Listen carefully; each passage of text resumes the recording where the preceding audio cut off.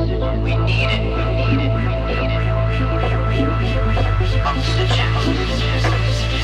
It's why we breathe.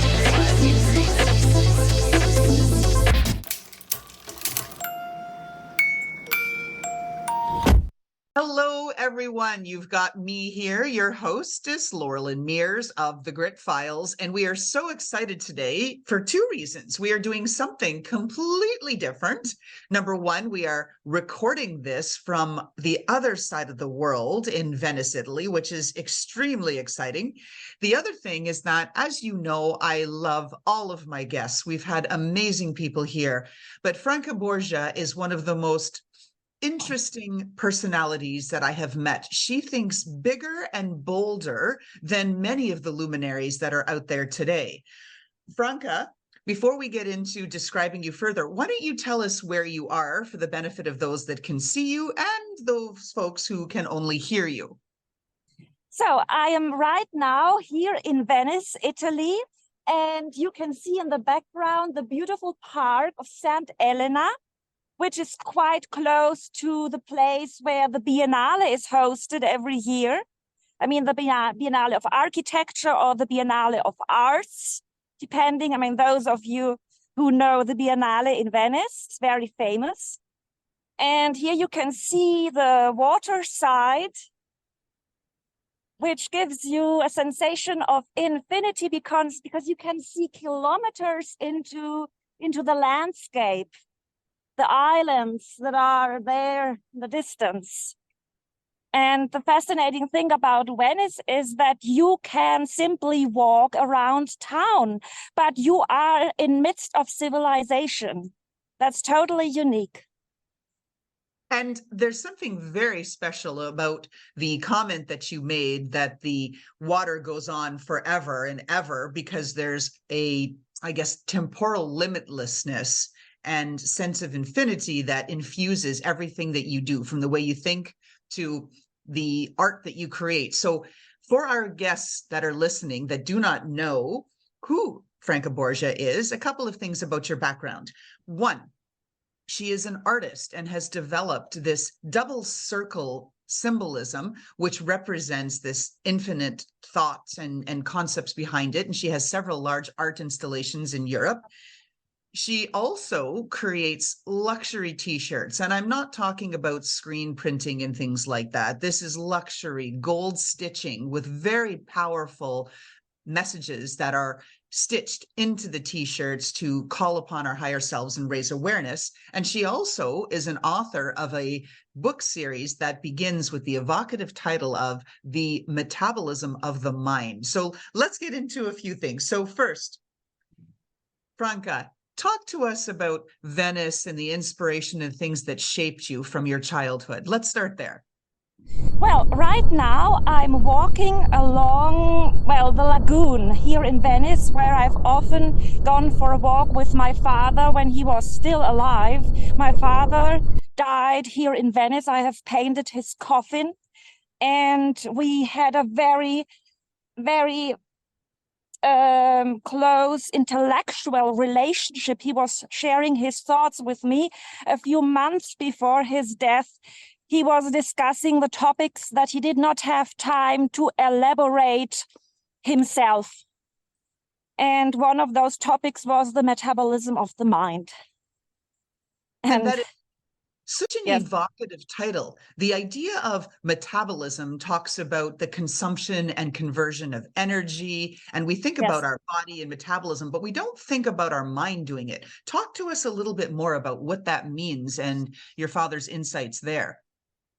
Well, my father has created the terminology for Chinese medicine in Latin and in English. And so he has dedicated his life to Chinese medicine and spreading it in Western culture. And so he has a very specific viewpoint on the human mind, because our bodies, obviously, they assimilate energy. That's how we grow. But also our minds constantly assimilate energy. but we do not always do this consciously. So let's talk about that, because one of the things that you are very much tapping into is raising that level of subconsciousness. And talk to us about what that actually means. How do people tap into that? Is it just, air quotes here, meditation? Is it something more? Talk to us about what this means to you and how you apply it. But we do not always consider the thoughts and emotions that go through our mind and through our energy body, something that we are actively metabolizing. Yeah, because in order to metabolize something, you need to assimilate it and make it yours. Let's break that down for our listeners who aren't sure exactly what that means. So if we draw an analogy to, we eat a meal, say we eat some healthy vegetables, some healthy fruits, limited number of carbohydrates and some protein source. Okay, great. We understand how biologically our stomachs break this down into all of the components, the proteins, the nutrients, the vitamins, the minerals that fuel us so that we can grow and sustain our cells. When we think about it from the perspective of the metabolism of our mind, is it more that these components we have to absorb and assimilate are things like positive thought, like mindfulness, like awareness? Yes. Positivity. Talk to us about those. Yeah. So what I need to emphasize is that the majority of people seem to assume that their mind is switched off or on standby for most of the time because they don't actively engage in using it. So they have some random information that goes through their mind, but on a semi-conscious or even unconscious, subconscious level, and they don't realize that this energy anyway impacts their own energy. It becomes part of who they are and what they attract and experience. So is it analogous to, if people watch the news every day, all day, we know the stories out there, there's a lot of human suffering right now, that will impact us, versus if we go out and actively seek conversations that are uplifting, intellectually stimulating, that are positive examples of what people are doing and thinking and achieving, that we can transform our mind in this way? Yes.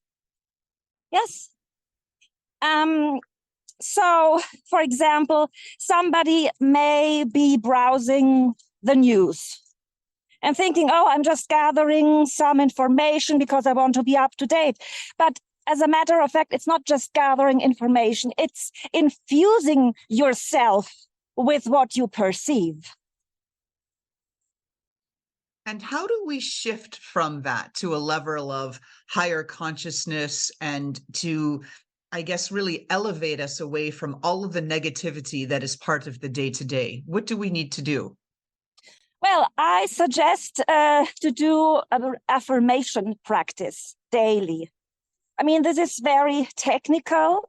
It requires you to write down a few affirmations every day and to stick to the routine, because your subconscious mind runs on autopilot. So when we speak about paradigms, I mean, those of you who know Bob Proctor know what a paradigm is. It's the program in your subconscious mind that controls your habitual behavior, and almost all of our behavior is habitual. So if we want to change our habitual way of thinking, we have to make an effort. It doesn't happen just like this without us engaging in it consciously. And it may appear to be a huge effort in the beginning. It may appear to be not aligned with what we are used to be and to think of ourselves. I mean, the paradigm is the controlling principle. I mean, this is the way we think of ourselves, saying, this is who I am.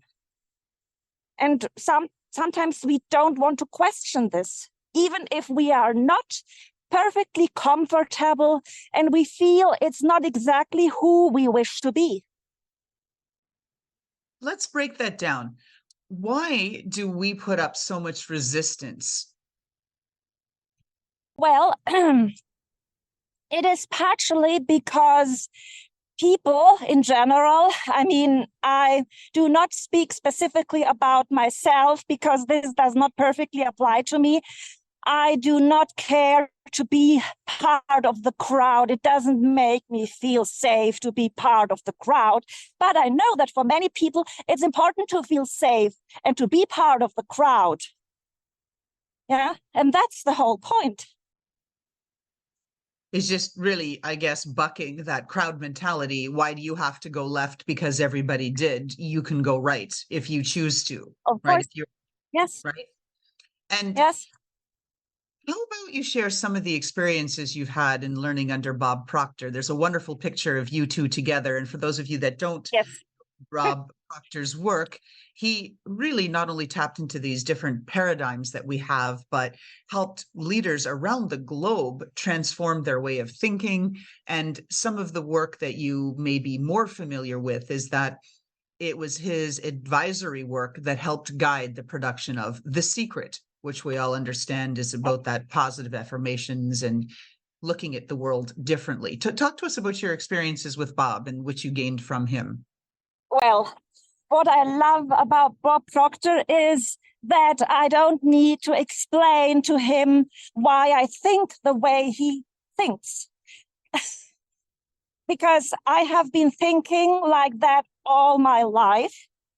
And when I met him, I thought, oh, that's so funny. He says exactly what I have always been thinking. And you started very early in your life studying mudra yoga and embracing multiple cultures, multiple languages. You had this very much this global purview and influence in your life from which you shared with me. How has that impacted and really broadened your ability to think big picture?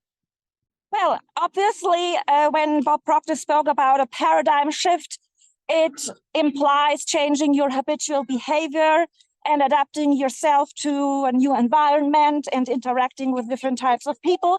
And I had to do that all the time. I have done more than 40 relocations throughout this lifetime. I have studied in Moscow. I have traveled in Asia and North America. I'm fluent in 5 languages, but I think I will learn some more because it's just good to be able to communicate with people directly, you know. I think that is such a wonderfully refreshing and European mentality. Here in the States, people are resistant to even the idea of learning Spanish, yet there's such a hard population of Hispanics in our community. We should know that language, at least to be able to be conversant in it. And here you're talking about knowing 5 languages and learn a couple more, you know, it's wonderful. So, those of you who have ever been to Venice will know this part of the city because, I mean, we've just passed by the Giardini della Biennale, and here we are heading towards St. Mark's Square, as you see in the distance. I think you can see it. Yes, we can. For those of you that don't have the visual experience, it's beautiful out there. You can see some of the statuary and tower. So, and as I said, the amazing thing about Venice is that it is totally human. I mean, you don't have any cars, subways, or things. You just have boats. And you have the water and people walking around the town. And it's really a human-size city in that manner.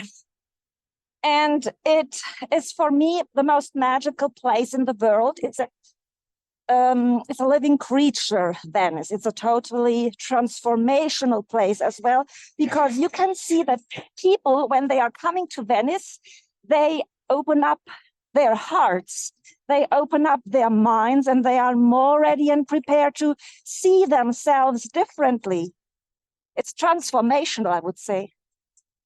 think that part of that influence is because it's on the water, and you talked about at the beginning of our show about the limitlessness, right, of the waters and the oceans and their vastness. Or do you think it's because of the just wonderful architecture that has been there for millennia, really standing the test of Well, time? Combination? What is it? What is about well, there Venice? are all those things that you've just mentioned, they are coming together here because the water, I mean, that's an interesting topic in itself. Water carries information. Water carries emotion. I mean, there have been researchers conducted on the topic because our bodies, for, well, the greatest part, they consist of water. Our brain consists of 90% of water. So we are made up of water. And you can see the structure of water transforming according to the vibrations that it is exposed to. So if we hold positive emotions, if we speak positively, the water structures itself in a certain way. And the presence of the ocean here in Venice has this cleansing effect on the energy of the humans. That's a really interesting perspective. I haven't heard about that. I know, obviously, as a scientist, that water has conductive properties and energy can flow through it as a conduit, but not the idea. And of course, we know it changes shape if you freeze it, right? If you boil it and make steam, or, these kinds of things. But how we can think about that energy in the water flowing within us as a conduit to bring in new and fresh ideas and positive vibrations to reshape what's happening to us internally. Oh, there it is. There we go. I see it. Yeah, this is the island of San Giorgio, and here is San Mark Square. I mean, they look similar, those bell towers. They are, almost same. I mean, the Campanile at St. Mark's Square is a little bit bigger. Can you see both? One?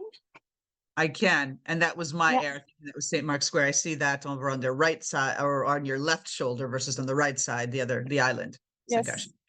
Very good. Yes. Let's talk about the idea of our points of connection. So again, we're all humans made up of 80-some% water, and how we connect. You talk about in some of your writings the collective agenda, that we need to move beyond where we are to think bigger. What are your thoughts on that? Can you share with our audience? Oh, absolutely. So it's interesting that Bob Proctor has dedicated so much of his lifetime to the topic of the paradigm. So the paradigm, as we just said, is our subconscious programming. And I call it the controlling principle because it truly is the principle that controls us.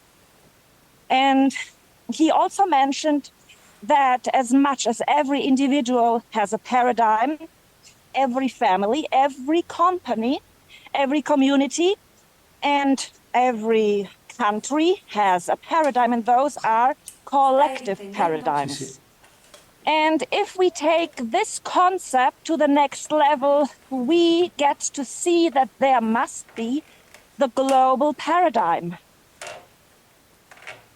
And if we think about it globally, why do you think that there is so much really disharmony and dysfunction right now within the world? Well, what is off balance? That's our collective programming. We have become used to it.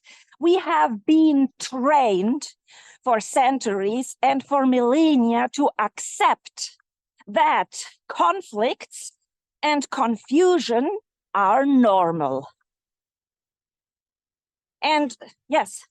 In effect, we've been desensitized, just especially lately, with so much volume of news, 24/7, negative images, people being shown being blown up, seeing their corpses laying there on the side of the road. It's so much to absorb. And I think of the kids that are being bombarded with these negative images. I think just the fact that people are conditioning us, I mean, that we get conditioned in that way, this is a crime against humanity. In reality, it's unacceptable, it's intolerable, and we only tolerate it because our collective consciousness, I'm not talking about the individuals, I talk about our collective consciousness, is still stuck on a Stone Age level of primitivity and ignorance. It is indeed. If you look at it, just stands in such sharp contrast and juxtaposition against all of the advancements we have in technology and AI and being able to infuse like robotic systems with, I guess, human levels of consciousness and nuance and ability to predict. Yet at the same time, as you said, we're stuck in this medieval times and world of ripping each other to bits and hacking at each other and just it's totally anachronistic. Yes, bingo. Yes? That's the word. And I mean, just to take a look at this beautiful architecture, maybe some of you who have seen this movie, The Tourist with Angelina Jolie and Johnny Depp, it was shot here. There was a scene, maybe you remember this one here, doing a little sightseeing, right? I said this is what makes it so fun. And there's lots of different things about today's podcast. And it's also your birthday. So are you having a good birthday celebration so far? Fantastic. I got so many nice birthday wishes from my friends. That's wonderful. And that's the thing. You talk about these wishes and the impact that it makes on ourselves and on our day and on our mood. You've given me some affirmations and I recite them in the morning when I go out early. Now in the dark, you talk about where it's so hard to get out there and to see. I'm out there in my reflective gear, taking my dog and really waking up with the sun. And it's wonderful to have that time and that space to be able to go through my affirmations. And as the sun rises, I feel my mood and my energy rise with it. It's wonderful. Yeah, so we've been talking about affirmations. We've been mentioning Bob Proctor and the global agenda. And have we been speaking about leadership as well? We haven't got to that yet, but let's talk about how a leader can use positive affirmations, use mindfulness, some of these techniques to be more conscious in their own delivery of what they have to do to help their team rise up. Talk about the impact on leadership. We're going to try something a little bit different here and indulge Franca's incredible creativity and artistry. Wait for it. Well, we, one thing that as I human have beings, noticed about lack contemporary leaders fearless is and that confident they communication seem on a to global wait scale. for In a spiritually people, evolved I mean, the society, people that they should there guide should to give be them no feedback. fear. But that's not the right attitude. Ignorance on a global scale the is either should increased encourage or and empower the decreased. people It is and up be to us, able each and to every one of us, express what the people themselves where do we, not dare to the inhabitants express, of this what they lovable feel deep medium-sized inside. planet are going. That's the job of a leader. Each I mean, and a leader every should breath not we only take make reinforces people and confirms comfortable our and presence. secure and What safe, do we but stand? also encourage their Let's personal make a change. growth. We are ready to. Bingo. And you just hit the nail on the head because that's the difference between leadership and management. Many people confuse the two. Managing is that you are checking off tasks. Did you do the performance review? Did you turn in the report? This is management. It's not leading. Leading involves vision. It involves transformation. It involves assistance to help the people around you grow with you and grow together as an organization. And people often confuse the two. I'm really shocked in our work what I see. Yes. And well, getting back for a moment to this concept of the global agenda, I believe that we do not even consciously label our global agenda as such. it just goes unnoticed. People don't talk about it.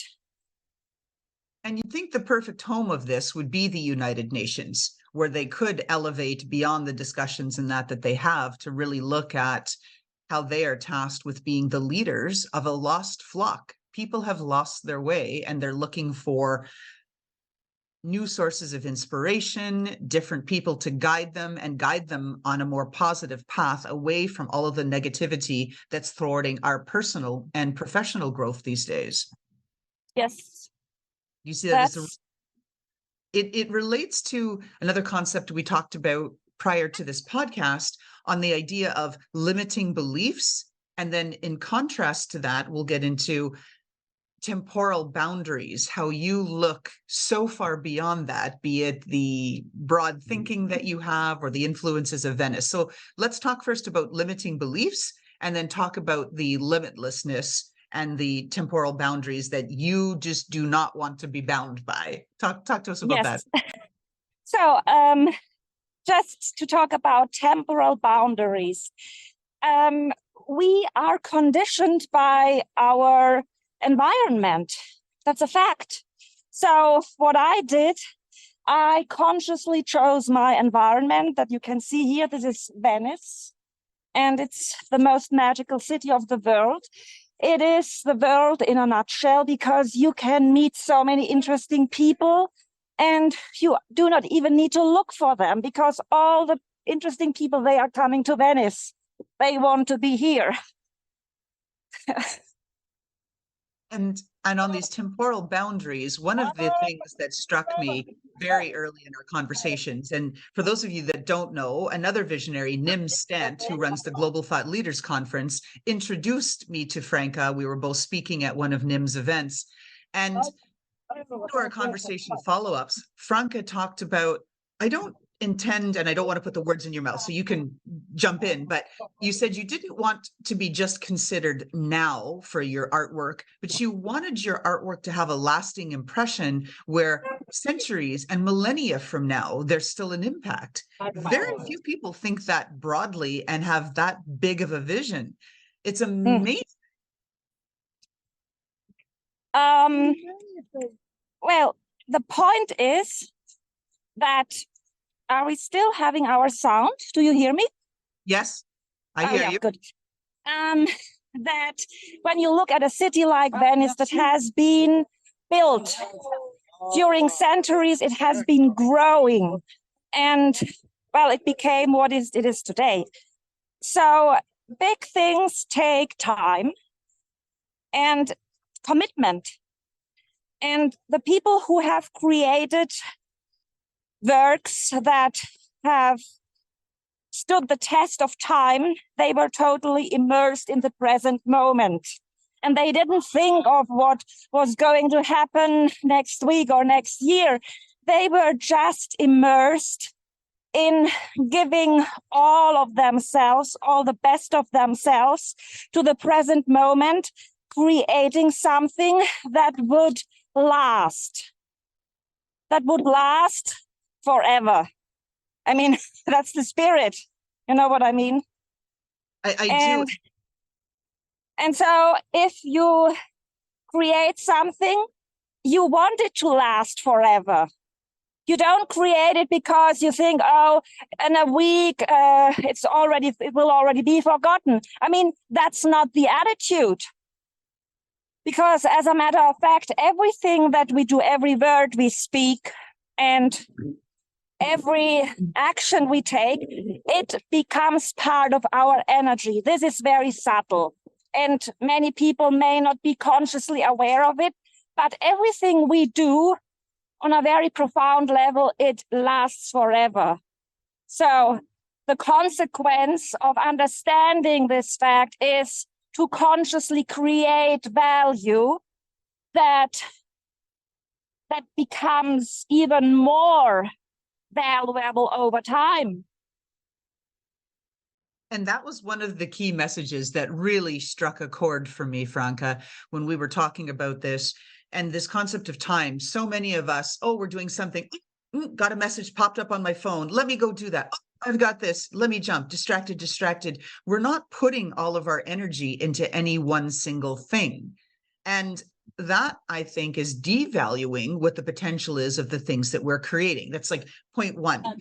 And point two, on the idea of creating something that you can be proud of decades from now, takes thought. It takes energy. It takes effort. And so many people, I think, are missing that point, that they just think, oh, I'll just get through this. Yeah. So mentioning, I mean, my book series, when we talk about creating value, I have started a month ago in September to create a monthly book series that is available on Amazon. And for the moment, we have the placebo paradigms. And for this month, the act of affirmation, the silent thunderbolt. What I want our listeners to hear about is that what you've done so cleverly is taken about 100 and some concepts. You talk about how many years ahead you will be releasing one book per month, to break it down to make it more accessible. So starting with concepts like, what is a paradigm? How do we tap? What does it mean? Talk about affirmations and how they can impact our day, our week, our future. Then you get into root vocabularies and this series. And so I've purchased it now, so I'm in. I have not read it yet. And I like the paperback version because it has your beautiful double circle and other gold imagery to create that energy and that tactile sensation that I think can add some more energy from the book rather than reading it on a Kindle, say. So how will readers be able to get in touch with you if they have questions or comments about your book? How can they find you? You can find, as I said, these books on Amazon, and you can also email me over my website, Rara International. And you have the YouTube channel where you can find some of my videos. And, well, I hope that you will be able to find exactly what matches your desires and your intentions. And to be really clear about where people can find you, they can follow you as an author on Amazon. They can go to rara-international.com to see you there. They can find your works and be able to interact with you on Etsy. They can find you again through your website and your YouTube channel. Franca, as we wrap up our podcast here from the lovely, lovely city of Venice, where I have not been in so long, but it looks wonderful, what is your message for our listeners? Embrace yourself, not only with love, but with conscious awareness, with courage and commitment, and with determination. One of the conversations we had, you talked about our thinking generally is globally quite primitive, and that we need to up-level our thinking and consider a bigger agenda for the world, especially in the context of everything that's happening. Talk to us about your thoughts around what that global agenda should be and how we can potentially get there together. Well, first of all, before I get to the global agenda, I need to explain the concept of the subconscious collective paradigm. Those of you who are acquainted with Bob Proctor's teachings may know what a paradigm is. It is the program within our subconscious mind that controls our habitual behavior, and almost all of our behavior is habitual. And there are not only the paradigms of us as individuals, but there are collective paradigms.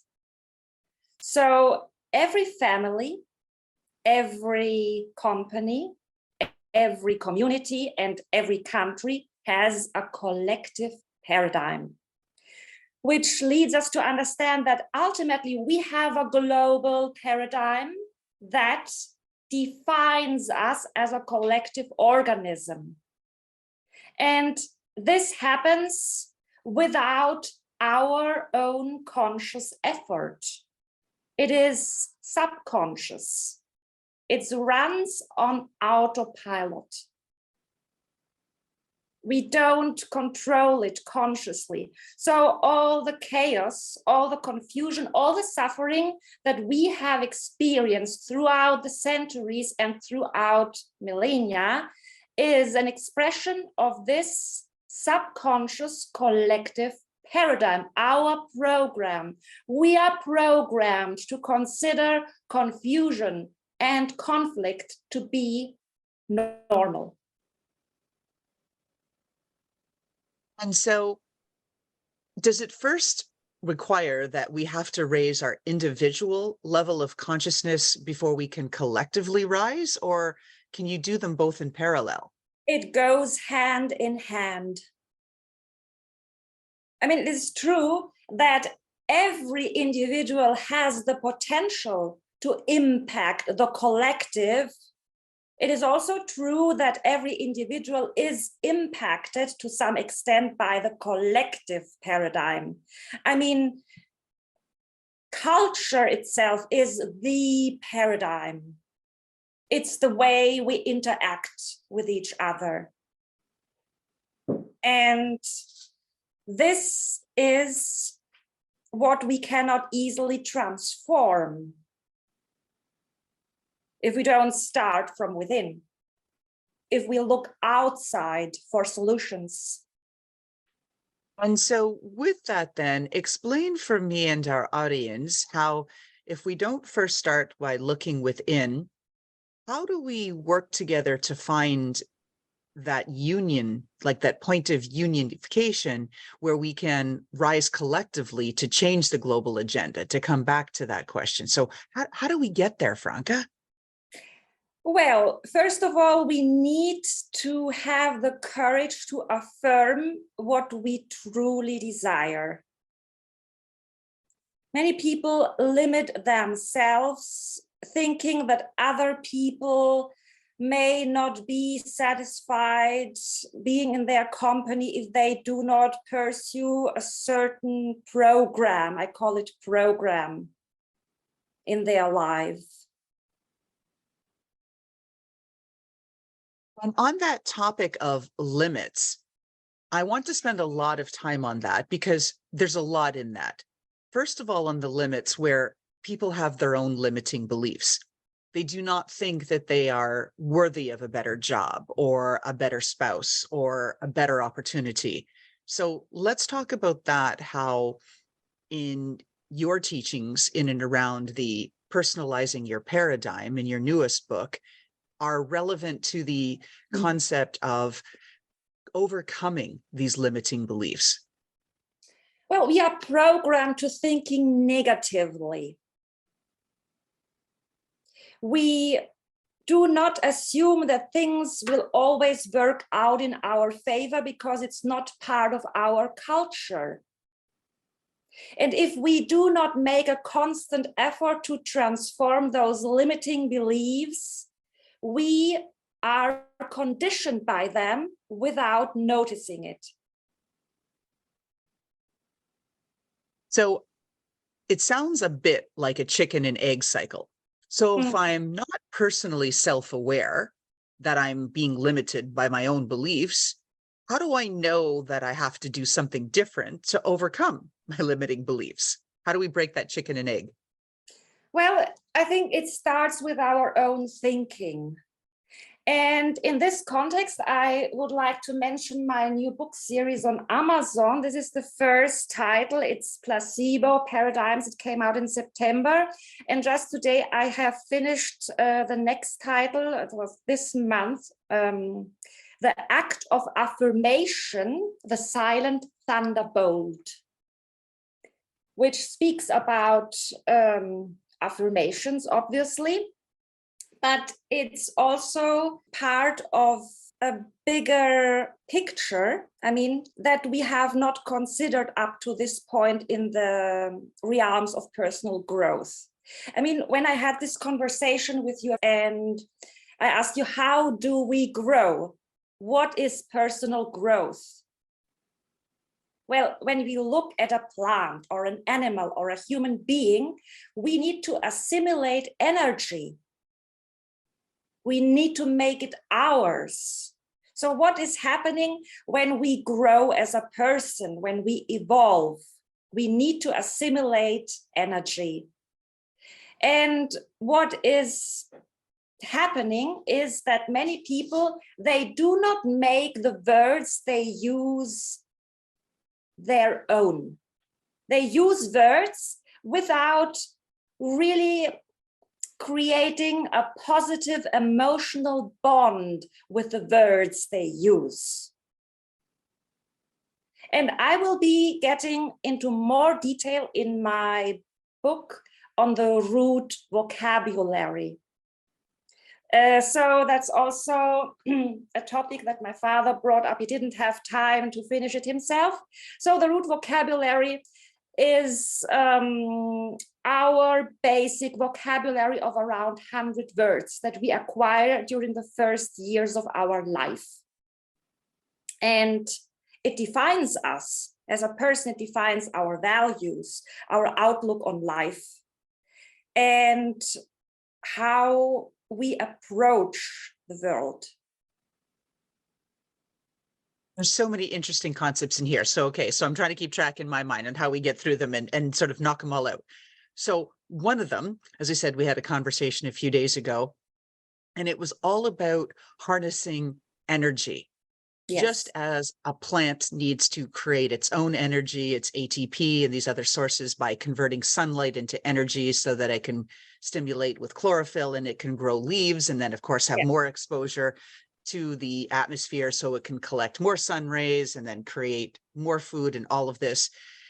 The concept of energy, that if we are hyper conscious of personal growth and we can bring in these forms of energy from stimulating conversations like this one, like books that we read, we'll get back to your series in a moment, all of these things, if we can bring it in and harness this energy and bring it inward, we can grow, but we first have to be open to it.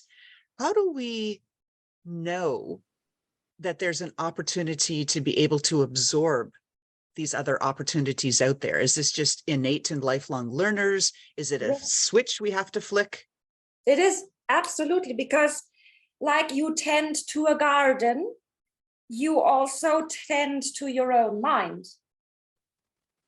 It is a persistent effort that is happening every day. And therefore I use this formula truly each and every moment of each and every single day, with each and every single breath you take. And this is how I see, like, as I'm getting to know you and know your work better, it sounds like that this is the foundation for your series that started Personalize Your Paradigm with the metabolism of the mind, right? Just the whole idea of metabolism is growth. You convert particles and mass into different forms of energy so that you can physically grow, sustain, build new tomorrow. Correct? That's right. So the majority of information that people are taking in each and every day cannot be metabolized by them because it is harmful information that destroys them from within. I mean, when you look at all the information that you find on the internet and all the advertising, it has absolutely nothing to do with the people, I mean, who are bombarded by this. And I mean, you need to be extremely selective if you want to keep track of your own personal growth. You cannot allow these things to distract you.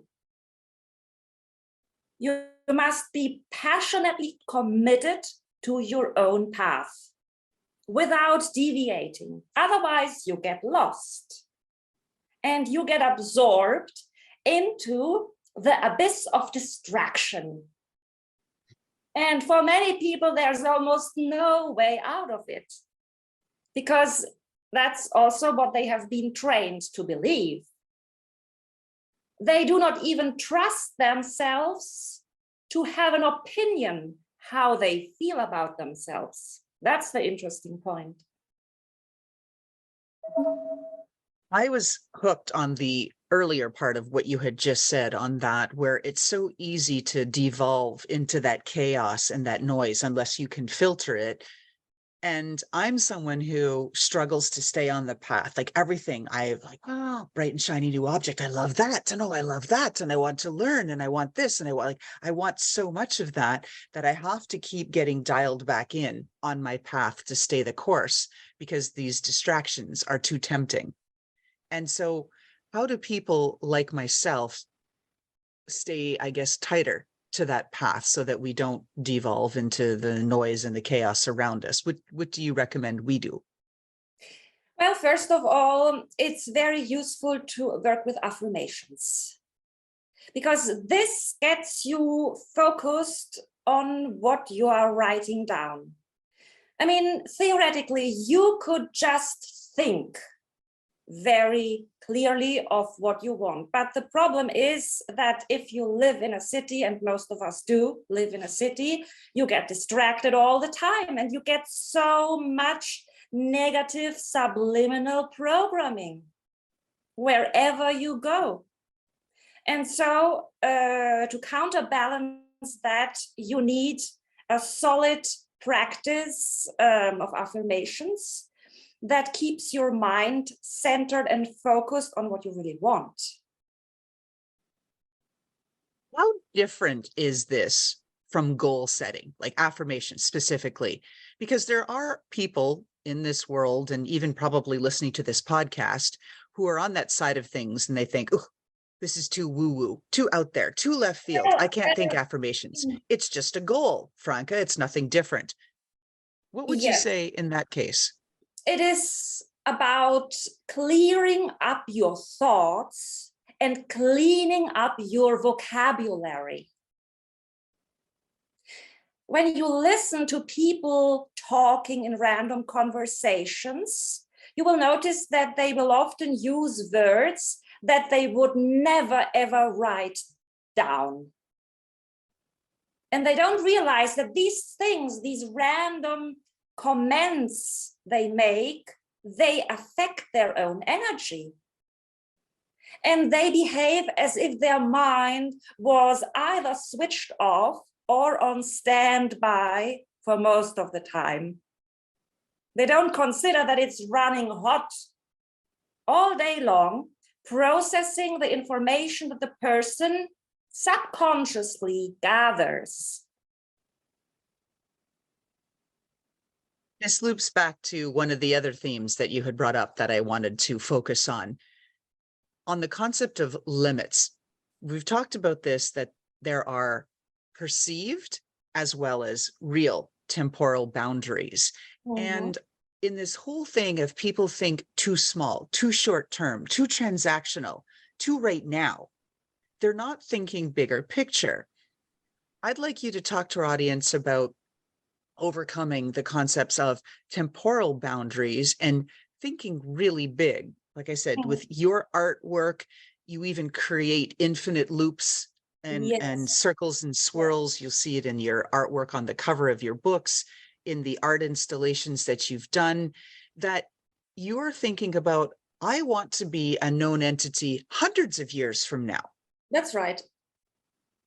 Talk to us about why maybe people get stuck in this immediate gratification thing or whatever it is. How and why is it that few people like yourself think bigger picture, much longer term? What does it? Like what did you harness into to think so far beyond today? So first of all, when we think of big works, I mean, important works of art that still amaze us up to the present moment, they have been created by people who have totally and completely immersed themselves into the present moment. People who were not thinking of what they were going to do in an hour or in a week. They were totally immersed in the eternal present.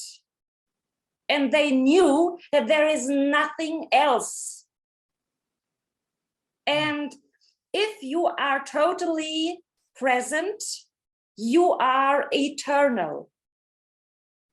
And if you think of what you are going to do tomorrow or next week, you are neither in the present nor in the future. You are nowhere. My father often said that you should not be concerned about the opinion of your contemporaries. You should be prepared to die, and after your own death, wait another 300 years until people start to understand you.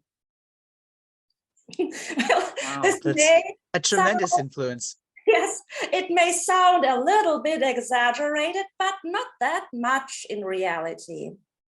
I mean, I have been working on this, style that I've created in the 90s with the double spirals, and I have barely ever thought of social media.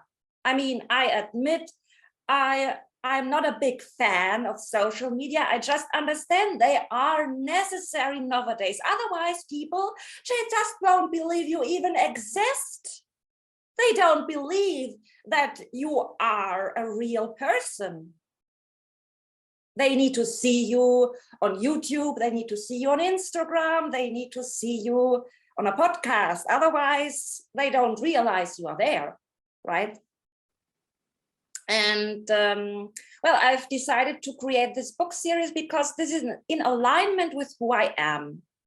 I live for eternity. I want to create value that remains throughout time and that can even become more precious with the passing of time. Something that adds value to the lives of many people. Something that can make them feel more confident and more self-assured. That is such an admirable and bold vision, because people don't think about it. They're limited in the transaction. This comes back to one of the themes, this temporal limitation. And your explanation of mindfulness really is what you shared, being in that moment and being fully immersed, fully present, not thinking about, oh yeah, I need to pick that up at the store after, I need to do this, that all these distractions take us away from that deep linear thought that we need to really fully harness what the capabilities are in here.